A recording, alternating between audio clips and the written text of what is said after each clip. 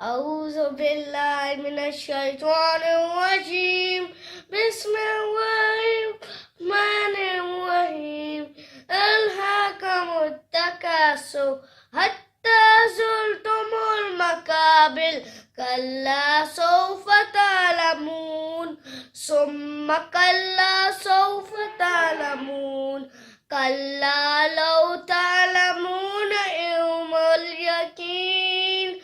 لترون الجحيم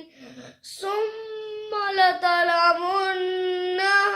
عين اليقين ثم لتسألن يومئذ عن النعيم صدق الله العظيم.